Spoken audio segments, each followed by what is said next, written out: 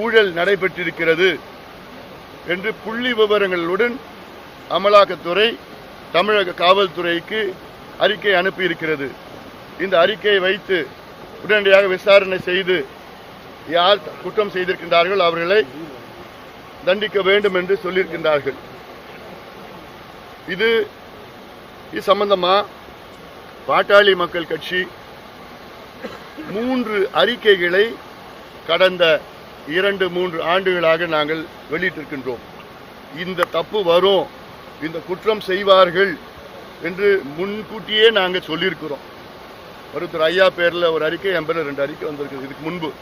அதில் சொன்னது, ஒரு துறையில நீங்க பொறியாளர்களோ அல்லது ஊழியர்களோ நியமனம் செய்யணும்னா நீங்க தமிழ்நாடு பப்ளிக் சர்வீஸ் கமிஷன் மூலமா நீங்க நியமனம் செய்யுங்க, எதுக்கு அந்த துறைக்கிட்டே நீங்க கொடுக்குறீங்க அப்படின்னு கடந்த காலத்தில் சொன்ன பிறகு திமுக அரசு தான் 2021 இனி எல்லா தேர்வுகளும், அதாவது எல்லா பொறுப்பாளர் நியமனமும் பப்ளிக் சர்வீஸ் கமிஷன் மூலமா தான் வரும் என்று திமுக 2021 டிசம்பர்ல ஒரு அரசாணை பிறப்பிக்கின்றார்கள். அப்படி திமுகவே பிறப்பித்த அரசாணையை அவர்களே மீறுகிறார்கள். அந்த அரசாணையை 2023 அவங்களே மாத்துறாங்க, அவங்களுக்கு வசதியா. எதுக்கு ஏன் மாத்துறீங்க? ஏன் மாத்துறீங்க? தமிழ்நாடு பப்ளிக் சர்வீஸ் கமிஷன் மூலமா ஏன் தேர்வு பண்ண முடியாது? ஆனா அதுக்கு பிறகு அந்தந்த துறையிலே தேர்வு பண்ணலான்னு ஒரு அவருடைய திருத்தனமா ஒரு மாத்துறாங்க. மாத்தின பிறகுதான் இந்த தப்பு எல்லாம் நடந்துட்டு இருக்கு. இது லேசா கீறி இருக்குது, அவ்வளவுதான். இதுக்கு பிறகு இன்னும் எல்லாம் ஆழமா தோணுன்னு வச்சுங்களேன், திமுக அரசை மக்கள் தூக்கி எறிய போறாங்க. இவ்வளோ பெரிய ஊழல், விஞ்ஞான ஊழல். இது ஒரு துறை தான், எல்லா துறையிலும் ஊழல் நடந்திருக்கு. ஹைவேஸ்ல இருந்து, பிடபிள்யூ இருந்து, மைன்ஸ்ல, எல்லாத்துலயும் ஊழல் நடந்துட்டு இருக்கு. ஒன்று தினம் வரப்போகுது இப்போ. அதனால இது மிகப்பெரிய ஊழல் ஆட்சி. திமுக ஆட்சி ஒரு நாள் கூட ஆட்சி செய்வதற்கு அவர்களுக்கு தகுதி இல்லாதவர்கள். உறுதியாக மக்கள் சரியான பாடத்தை புகட்டுவார்கள். அது நிச்சயமா முடிவு செஞ்சுட்டாங்க மக்கள். ஏன்னா சும்மா விளம்பரத்தை வச்சுக்கிட்டு ஸ்டாலின், உங்களுடன் ஸ்டாலின், அங்க ஸ்டாலின், இங்க ஸ்டாலின், கல்வியில சிறந்தது, அதுல சிறந்தது, தினம் நம்ம மக்கள் பணத்தை வச்சுன்னு விளம்பரம் படுத்திட்டு இருக்கிறாங்க. இது எடுபட போறது இல்லை, மக்களுக்கு தெரிஞ்சு போச்சு, புரிஞ்சு போச்சு. அதனால வருகின்ற தேர்தலில் திமுக ஒரு தொகுதியிலும் டெபாசிட் வாங்காது, அது உறுதியாயிடுச்சு. போக போக அவங்க கிட்ட இருக்கிற கூட்டணி கட்சியில எல்லாம் வெளியில் வந்துட போறாங்க. இப்பயே அதிகாரிகள் அவங்களை எதிர்க்க ஆரம்பிச்சுட்டாங்க. யாரும் அவங்க சொல்றதை கேட்கிற நிலையில இல்ல. அந்த ஒரு மனநிலை வந்துடுச்சு, மக்கள் மத்தியில் வந்துடுச்சு, அதிகாரிகள் மத்தியில் வந்துடுச்சு. இவங்க மறுபடியும் ஆட்சிக்கு வர மாட்டாங்கன்னு அந்த ஒரு மனநிலை வந்துடுச்சு. ஏன்னா இது போன்ற இன்னும் அதிகமான ஊழல்கள், ஏன்னா எந்த திட்டமும் நடக்கல, எல்லாமே பேப்பர்ல இருக்கு. இது போன்ற அனுமதிக்கு 2000 கோடி, வேலை நியமனத்துக்கு 900 கோடி, 800 கோடி, 880 கோடி, இப்படிலாம் இதெல்லாம் சாதாரணமா சின்ன லெவல்ல. நானும் திருப்பி சொல்லிட்டு இருக்கிறேன், கனிம வள ஊழல் ஆயிரக்கணக்கான கோடி ரூபாய்க்கு கனிம வள ஊழல் நடந்துட்டு இருக்கு. இதுக்கு சிபிஐ விசாரணை தான் வேணும். ஏன்னா இவங்கிட்ட விசாரணை, அதாவது திருடங்கிட்டே சாவி கொடுக்குற மாதிரி இருக்கு. சிபிஐ விசாரணை தான் வந்தாதான் தெரியும். ஏன்னா இது மல்டி ஸ்டேட் ப்ராப்ளம். இது தமிழ்நாடு, கேரளா, ஆந்திரா, கர்நாடகா சம்பந்தப்பட்ட இது கடத்தல். இது சிபிஐ விசாரணை வந்தாதான் இதுக்கு கரெக்டான வெளியில தெரியும். எந்தெந்த காட்ஃபாதர் மாட்டுவாங்க, எந்தெந்த காட்ஃபாதர் எந்தெந்த பகுதியில் இருக்கிறாங்க, யாருக்கு ப்ரொடெக்ஷன் பண்றாங்க, எல்லாமே எங்கிட்ட இருக்கு. நிச்சயமா சிபிஐ என்கொயரி இதற்கு வருவதற்கு அத்தனை முயற்சியும் பாட்டாளி முயற்சி செய்யும். ஐயா அவர்கள் அதாவது ஜனவரி மாதத்துல கூட்டணியை குறித்து நான் அறிவிப்பேன், அது வெற்றி கூட்டணியா அமையும் சொல்லியிருக்காரு. உங்களுடைய நிலைப்பாடு இதில் என்ன சார்? இவ்வளோ தொண்டை தண்ணி வச்சு கத்தி பேசிட்டு இருக்கிறேன். தமிழ்நாட்டு பிரச்சனை, இவ்வளோ பிரச்சனை நான் கேட்கிறேன். இது சம்பந்தமா ஒரு கேள்வி கூட உங்ககிட்ட இல்லையா? இல்ல, ஒரு கேள்வி கூட உங்ககிட்ட இல்ல. இந்த திமுக அரசுல இல்ல நான் கேட்கறது இதுதான் ரொம்ப தமிழ்நாட்டுடைய முக்கியமான பிரச்சனை. இதுதான் இவ்வளோ வத்தி கத்தி பேசிட்டு இருக்கிறேன் நானு.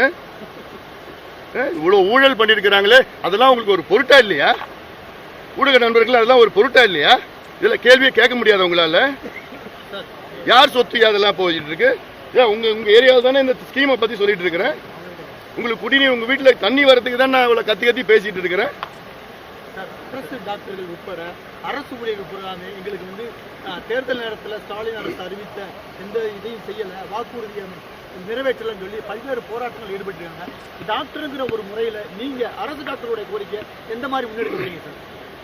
அவங்க அரசு மருத்துவர்கள் அவங்களுடைய கோரிக்கை 100 விழுக்காடு நியாயமான கோரிக்கை, 100 விழுக்காடு. அவங்களுடைய அத்தனை போராட்டங்களுக்கும் நாங்கள் தொடர்ந்து ஆதரவு கொடுத்து தான் வருகின்றோம். அதாவது இதில் அவங்களுக்கு பல வகையான போராட்டங்கள் நடத்தி வருகிறார். ஒன்று வந்து மத்திய அரசு மருத்துவர்களுக்கு அவங்களுடைய ஊதியத்துக்கு நிகராக தமிழக அரசு மருத்துவர்கள் அவங்க ஊதியம் சமமாக இருக்க வேண்டும் என்று ஒரு முக்கியமான ஒரு கோரிக்கை, அது நியாயமான கோரிக்கை. அடுத்தது தற்காலிகமாக பணியில் இருக்கிற மருத்துவர்கள் மட்டுமில்ல, மருத்துவ பணியாளர்கள், செவிலியர்லேருந்து மருத்துவ பணியாளர்கள் நிறைய பேர், எல்லாமே சில பேர் வந்து கொரோனா காலத்தில் 2 ஆண்டு காலம் நிறைய பேர் நியமனம் பண்ணியிருக்கிறாங்க. என்ன ஒரு அஷூரன்ஸ்லன்னா, இவங்க கொரோனா காலத்தில் உயிரை பணைய வச்சு வேலை செஞ்சவங்க, கொரோனாக்கு முன்பு கொரோனாக்கு பிறகு அவங்களுக்கு வந்து பணி நிலைப்பு வரும் அப்படின்னு ஒரு அஷூரன்ஸ் கொடுத்து தான் அவங்கள வேலைக்கு எடுத்திருக்கிறாங்க. ஆனால் இன்னைக்கு வரைக்கும் இல்லை. அது மட்டும் இல்லை, இன்னும் கரோனா காலத்தில் வேலை செஞ்சதுக்கு ஊதியமே வரல, சம்பளமே வரல. இவ்வளோ மோசமான மருத்துவத்துறையும் சரி, கல்வித்துறையும் நிர்வாகம், இதுக்கு ஸ்டாலின் அவர்களுக்கு என்ன நடக்குதுன்னு தெரியும். சார், பொதுவாக பொதுத்துறையை பொறுத்தளவில் அதாவது போக்குவரத்து துறை ஏற்கனவே லாஸில் போயிட்டு இருந்தாங்க. கடந்த தேர்தலுக்கு முன்னாடி வந்து ஆவின் ரேட்டை கூட்டுவோம், ஆவின் பாலுடைய கொள்முதல் ரேட்டை கூட்டுவோம், ஆனால் விற்பனையாளர்களுக்கு கூட்ட மாட்டோம், 3 ரூபாய் குறைச்சாரு. ஆனால் அதுக்கு உண்டான தொகை 1700 கோடி ரூபாயை ஆவினுக்கு கொடுக்கல அப்படிங்கிறாங்க. இப்போ வந்து பால் கொள்முதலாளர்கள் வந்து இப்போ வந்து விலையை கூட்ட சொல்றாங்க. மறுபடியும் ஒரு ஓட்டுக்காக ஒரு அறிவிப்பு வெளியிட்டால் ஆவி நிறுவனம் மூழ்கும் நிலையில் வருது. அதுக்கு ஒரு கருத்து அது நிச்சயமா இவங்க செய்வாங்க. ஏன்னா இவங்களெல்லாம் வந்து அரசு நிர்வாகத்தை வந்து மூடிடணும், தனியார்கிட்ட தான் எல்லாத்தையும் தாரவாரத்தை கொடுத்துடணும். அரசு வேலைகளை வந்து எதுவுமே நிரந்தரப்படுத்த மாட்டாங்க. ஒப்பந்த தொழிலாளர்களுக்கு தான் அந்த ஒப்பந்தம் யார் மூலயமா, இவங்களுக்கு வேண்டிய கான்ட்ராக்டர் மூலயமா தான். இப்போ போக்குவரத்துனா அதுக்கு ஒப்பந்த தொழிலாளர்கள், அது யாருன்னா இவங்களுக்கு வேண்டிய கான்ட்ராக்டர் மூலமா கொடுப்பாங்க. எல்லாத்துலேயும் இப்படி தான் செஞ்சுட்டு வராங்க. போக்குவரத்துல இருந்து மின்சாரத்துறையிலிருந்து எல்லா துறையிலும் இதுதான், இந்த நிலைப்பாடு தான் இருக்குது. அதில் அதனால இது மிகப்பெரிய அவங்க உறுதி, எத்தனையோ வாக்குறுதிகள் கொடுத்தாங்க திமுக ஆட்சி வருவதற்கு முன்பு. அதில் 505 வாக்குறுதிகளை வெறும் 66 வாக்குறுதி தான் முழுமையாக நிறைவேற்றிருக்கிறாங்க. வெறும் 13% வாக்குறுதி தான் முழுமையாக நிறைவேற்றிருக்கிறாங்க. இன்னும் கொஞ்சம் அரைகுறையாக நிறைவேற்றிருக்கிறாங்க, அதெல்லாம் கணக்கில் எடுத்துக்கல. நான் இப்படி ஒவ்வொரு துறையிலையும் நாங்கள் பண்ணியிருக்கோம்னு சொல்கிறாங்க. இப்போது மின்சாரத்துறை எடுத்துங்க. மின்சாரத்துறையில் இந்த 3 ஆண்டுகளில் 4 முறை மின் கட்டணத்தை உயர்த்தியிருக்கின்றார்கள். அதாவது 2022 சராசரியாக 36%, அதிகபட்சம் 52%, குறைஞ்சபட்சம் வந்து அதிகம் 18%, சராசரியாக 32% ஏற்றினாங்க.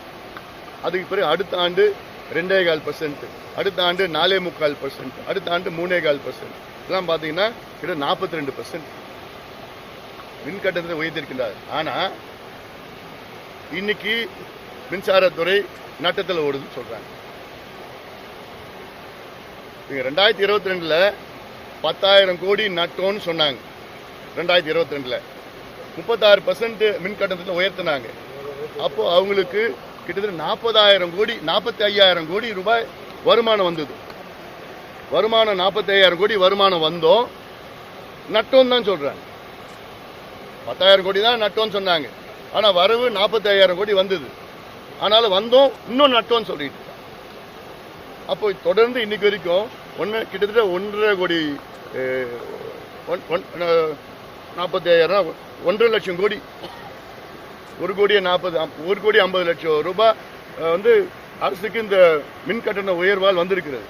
ஆனால் இன்னும் நட்டோன்னு சொல்லிட்டு இருக்காங்கன்னா எவ்வளோ பெரிய ஊழல் நடந்திருக்கு. எல்லா துறைகளிலும் ஊழல். இந்த நாங்கள் ஆட்சிக்கு வந்தால் மாதம் மின் கட்டணம் எடுப்போம்னு சொன்னாங்க. இப்போ கேட்டால் நம்முடைய தியாகி கிட்ட கேட்டால் அவர் சொல்கிறாரு, யார் தியாகி செந்தில் பாலாஜி.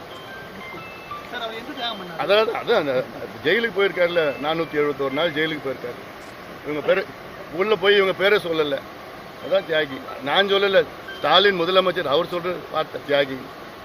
இப்படி என்னன்னா அவர் உள்ள இருந்த நேரத்தில் இந்த ஸ்மார்ட் மீட்டர் டெண்டர் நடந்தது. அது வந்து முறையா பேசல போல இருக்கு இவங்க. இப்ப அந்த ஸ்மார்ட் மீட்டர் டெண்டரை கேன்சல் பண்ணிட்டு இப்ப இவர் வெளியில வந்துட்டார்ல, இப்ப இவர் பேச்சுவார்த்தை மூலமா அந்த ஸ்மார்ட் மீட்டர் பேசுவாங்களாம். ஏன் நீங்க மாசம் மாசம் எடுக்க மாட்டேன்னு கேட்டா, இல்ல ஸ்மார்ட் மீட்டர் வந்தா நாங்க எடுப்போம். எப்போ ஸ்மார்ட் மீட்டர் வரும்னா டெண்டர் இப்பதான் விட்டு இருக்கிறோம். எப்போ வரும்னா இன்னும் 3 வருஷம் ஆகும். ஸ்மார்ட் மீட்டர் அது ஒரு பெரிய ஊழல். அது எப்படின்னா, ஒரு ஸ்மார்ட் மீட்டருடைய விலை வந்து 5000 ரூபாய். இவங்க 15000 ரூபாய் ஒரு ஸ்மார்ட் மீட்டர் கொள்முதல் செய்வதாக எங்களுக்கு செய்தி வருது. அங்க கொள்முதல் செய்து பாத்தீங்கன்னா ஐ திங்க் 2 கோடி ஸ்மார்ட் மீட்டர் 3 கோடி ஸ்மார்ட் மீட்டர் 3 கோடி ஸ்மார்ட் மீட்டர் வாங்க போறாங்களாம். 3 கோடி ஸ்மார்ட் மீட்டர் விலை சாதாரணமா 4000 ரூபாய் 5000 ரூபாய். ஆனா 15000 ரூபாய்க்கு ஒரு ஸ்மார்ட் மீட்டர்னா அந்த கணக்கு நீங்க போட்டுக்கங்க, எவ்வளவு வந்து கணக்கு வரும்னு சொல்லிட்டு. இதெல்லாம் நினைச்சு கூட பார்க்க முடியாது. அதனால இதெல்லாம் எல்லா துறையிலையும் ஊழல் நடந்துட்டு இருக்கு. இல்லாம நன்றி நன்றி. சாயங்காலம் வாங்க, போய் இன்னொரு 3 நாள் பேசணும். இங்க முதல்ல ஓமலூர், அப்புறம் நம்ம